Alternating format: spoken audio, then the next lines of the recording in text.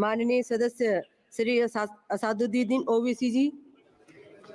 Thank you, madam. Madam, the Places of Worship Act 1991 Act imposes a non-derogable obligation towards enforcing a commitment to secularism under the Indian Constitution. The law is hence a legislative instrument designed to protect the secular features of the Indian Constitution, which is one of the basic features of the Constitution. Non-derogation is the foundational feature of the fundamental constitutional principles of which secularism is a core component. The Places of Worship Act is thus a legislative intervention which preserves non-derogation as an essential feature of our secular values. Historical wrongs cannot be remedied by people taking the law in their own hands. In preserving the character of the Places of Worship Act, Parliament has mandated in no uncertain terms that history and its wrongs shall not be used as instruments to oppress the present and future.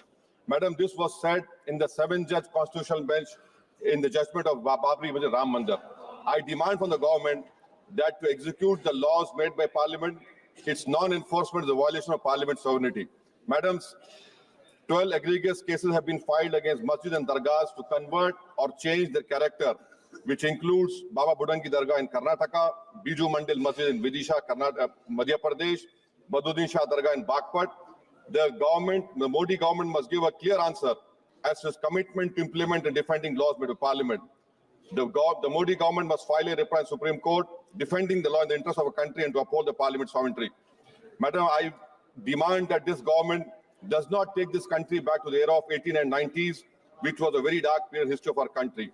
कहीं ऐसा ना हो madam के लम्हों ने खता की सदियों ने सजा पाई।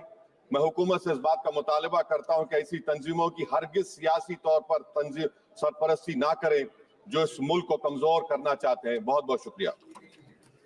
माननीय सदस्य श्री धर्मेंद्र यादव जी। धन्यवाद सभापति जी। सभापति